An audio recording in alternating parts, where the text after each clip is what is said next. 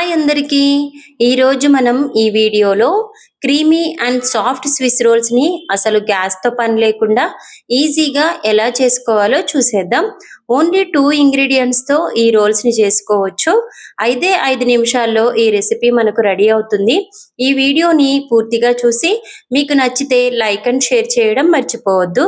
మరి లేట్ చేయకుండా వీడియో చూసేద్దాం పదండి. ఈ స్విస్ రోల్స్ రెసిపీని తయారు చేసుకోవడానికి ఓరియో బిస్కెట్స్ తీసుకోవాలి. నేను ఇక్కడ 14 పీసెస్ ఉన్నటువంటి బిస్కెట్ ప్యాకెట్ తీసుకున్నాను. మీకు నచ్చిన ఫ్లేవర్ తీసుకోవచ్చు, లేదా వేరే ఏదైనా క్రీమ్ బిస్కెట్స్ ఓరియో కాకుండా వేరే ఏదైనా తీసుకోవచ్చు. ఇప్పుడు ఈ బిస్కెట్స్ లోంచి క్రీమ్ ని సపరేట్ చేసి పెట్టుకోవాలి. ఒక బౌల్లో తీసి పెట్టుకోండి.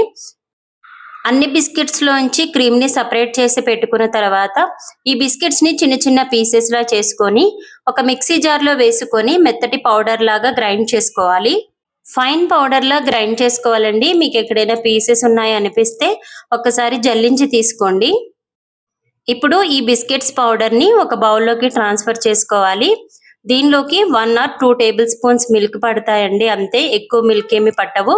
ఈ 1 or 2 టేబుల్ స్పూన్స్ మిల్క్ వేసి మనం చపాతీ డో ఎలా ఉంటుంది థిక్గా అలా కలిపి పెట్టుకోవాలి.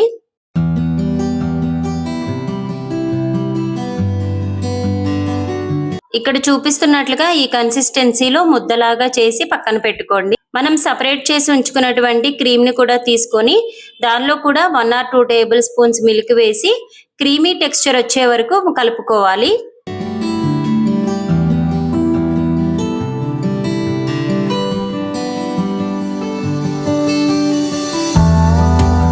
ఇక్కడ చూపిస్తున్నట్లుగా ఏదైనా ఒక కవర్ ని కానీ లేదా బటర్ పేపర్ నైనా తీసుకోవచ్చు. ఇప్పుడు ఇలా కవర్ ని తీసుకున్నట్లయితే దానిపైన మంచిగా నెయ్యిని అప్లై చేసుకోవాలి. నెయ్యిని అప్లై చేసుకున్న తర్వాత మనం తయారు చేసుకున్నటువంటి బౌల్ ని పెట్టుకొని దానిపై నుంచి కూడా ఇంకొక కవర్ ని వేసుకోవాలి. పైన వేసే కవర్ కి కూడా మంచిగా నెయ్యిని అప్లై చేసుకోవాలి.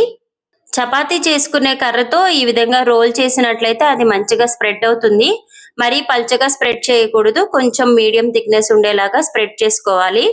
పైనున్న కవర్ ని తీసేసి ఇప్పుడు ఈ రోల్ పైన మనం వైట్ క్రీమ్ ఉంది కదా దాన్ని కూడా స్ప్రెడ్ చేసుకోవాలి ఈవెన్ గా.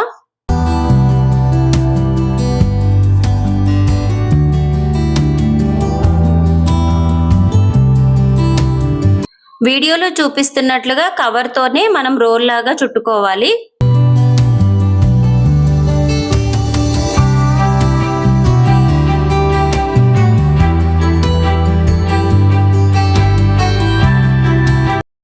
రోల్ లాగా చుట్టుకున్న తర్వాత దీనిని కనీసం 1 గంట పాటైనా ఫ్రిడ్జ్ లో పెట్టుకోవాలండి. 1 అవర్ తర్వాత ఫ్రిడ్జ్ లోంచి తీసి సన్నగా కట్ చేసుకుంటే మనకి tasty Oreo Swiss rolls ready అయిపోయినట్లే ఉంది.